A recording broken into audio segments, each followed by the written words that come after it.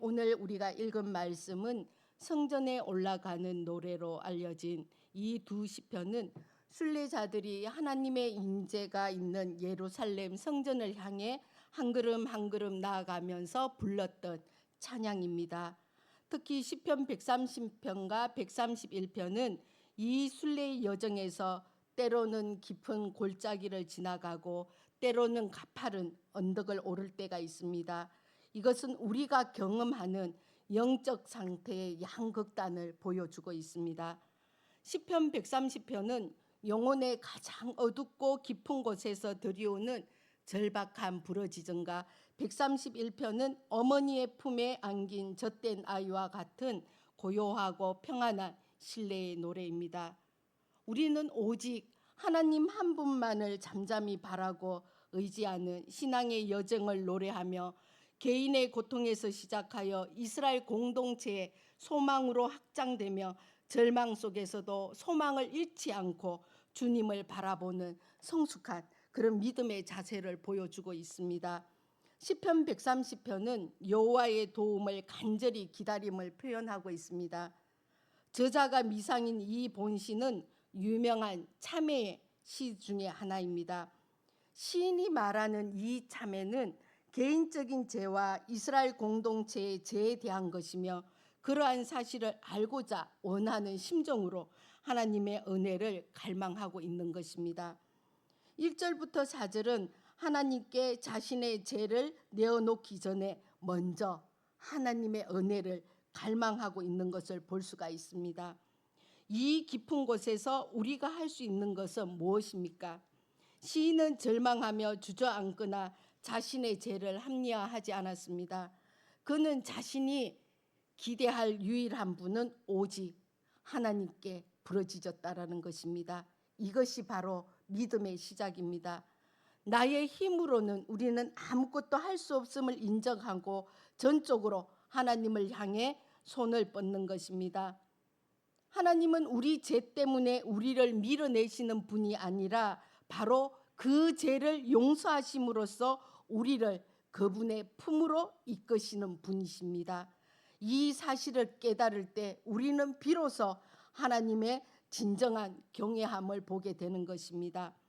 5절과 8절에 보면은 나아가 자신의 죄를 내어놓음으로 인해 죄 사함을 확신하는 소망을 맺고 있습니다. 이 기다림은 막연한 기다림이 아닙니다. 주의 말씀을 붙잡고 기다리고 있다라는 것입니다. 용서하시겠다는 하나님의 그 약속, 구원하시겠다는 그 분의 신실한 말씀을 붙잡고 기다리고 있다라는 것입니다. 시인은 이 기다림을 밤새 성을 지키는 파수꾼이 아침을 기다림에 비유하고 있습니다. 파수꾼에게 아침에 오는 것은 의심의 여지가 없는 100% 확실한 사실입니다. 마찬가지로 하나님의 약속을 붙들고 그분의 구원을 기다리는 영혼에게는 하나님의 구원의 아침은 반드시 밝아온다라는 것입니다. 우리는 이 중요한 영적인 원리를 발견하고 있습니다. 깊은 절망 속에 들이오는 우리 기도가 때로는 즉시 응답되지 않을 수 있습니다. 상황은 여전히 어둡고 문제는 해결되지 않는 것처럼 보일 수 있습니다.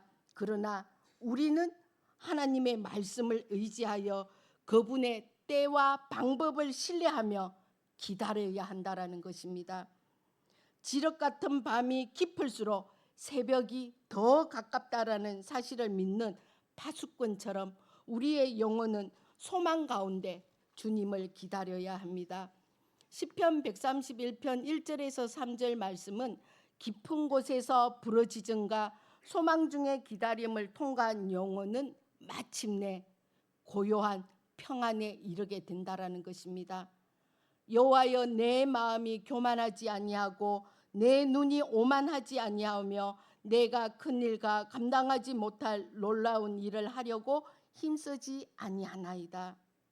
이것은 놀라운 변화입니다. 절망의 심연에서 허욱되던 영혼이 이제는 교만과 야망을 내려놓습니다. 신학자인 유진 피터슨은 시편 131편을 자아를 내려놓는 기도라고 불렀습니다. 하나님의 압도적인 용서와 사랑을 경험한 사람은 더 이상 자신의 힘으로 무언가를 증명하려고 애쓰지 않습니다. 자신의 한계를 인정하고 모든 것을 주관하는 하나님의 그 손길에 자신을 온전히 맡긴다라는 것입니다. 우리의 신앙도 이와 같습니다. 처음에는 우리의 필요를 채우기 위하여서 우리는 하나님을 찾습니다. 문제의 해결, 건강, 성공을 위해 부르짖습니다. 그러나 하나님의 용서와 사랑을 깊이 경험하고 나면은 우리는 하나님으로부터 무언가 얻어내는 것보다 하나님 그 자체를 갈망한다라는 것입니다. 그분의 품 안에 거하는 것만으로 만족한다라는 것입니다. 젖된 아이의 신앙으로 우리는 성숙할 수 있습니다. 바로 시편 130편은 깊은 골짜기를 통과한 영혼이 누리는 131편으로 이어지는 평안을 누린다라는 것입니다. 사랑하는 성도 여러분, 누가복음 15장을 너무나 다 잘 알고 있을 것입니다. 이 탕자의 비유는 우리 어린아이들부터 노년에 이르기까지 모두가 너무 잘 아는 내용입니다. 이 탕자는 아버지의 재산을 미리 챙겨 먼 타국에서 허랑방탕하게 그 재산을 다 허비하여 버렸습니다. 이제 그에게 남은 것은 아무것도 없습니다. 돼지가 먹는 지엽 열매를 배로 채우고자 했지만 그거마저도 쉽지가 않은 상태였습니다. 그런 어려움에 빠져 있을 때 이 아들의 머리에 떠오르는 것은 딱 한 사람이었습니다. 바로 아버지였습니다. 아들의 머리에 왜 아버지가 떠올랐을까요? 그것은 바로 아버지의 인자와 사랑 때문인 것입니다. 만약 아버지가 결코 잘못을 용납하지 않고 용서하지 않는 사람이었더라면 그 아들은 감히 아버지에게 돌아갈 생각을 할 수가 없었던 것입니다. 그러나 아들은 아버지의 사랑과 인자를 알았고 자신을 받아주실 분이라는 것을 믿고 있었기에 돌아갈 수가 있었던 것입니다. 그가 돌아왔을 때 어떤 일이 일어났습니까?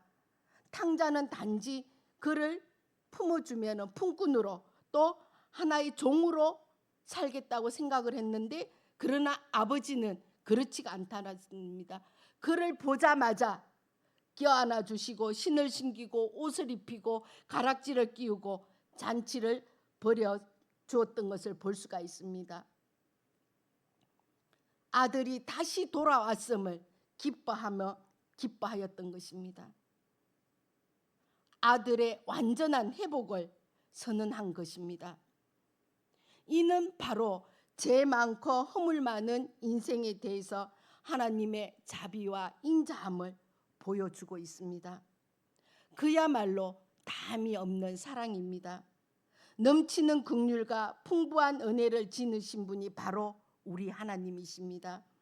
그래서 어떤 실수와 잘못까지도 능히 용서하여 주시며 도리어 불쌍히 여기시며 당신께 나오는 자에게 책망의 해초리, 징계의 채찍보다는 용서와 사랑의 그리고 하나님의 그 품을 여시는 분이 바로 하나님이시라는 것입니다.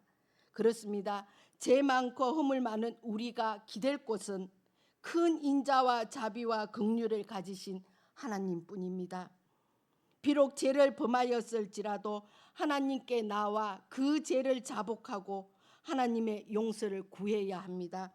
하나님께서는 우리의 피곤하고 지친 영혼을 맞아 주실 것이며 참된 안식과 평안을 주실 것입니다. 혹 이 시간에 깊은 절망 속에 홀로 신음하고 계십니까? 괜찮습니다. 그것이 바로 은혜의 시작이 되는 자리입니다. 진정으로 하나님께 부르짖으시기를 간절히 바라겠습니다. 주께서 제약을 지켜보실 때 누가 서리까? 그러나 사유하심이 주께 있습니다라는 이 말씀을 붙드시기를 간절히 바라겠습니다. 십자가에서 우리의 모든 죄를 담당하신 예수 그리스도를 바라보시기를 간절히 바라겠습니다. 파수꾼이 아침을 기다리듯 소망 중에 주님의 구원을 기다리십시오. 그 기다림 끝에서 우리는 마침내 모든 교만과 불안을 내려놓고 젖된 아이처럼 주님의 품 안에서 참된 평안과 안식을 누리게 될 것입니다.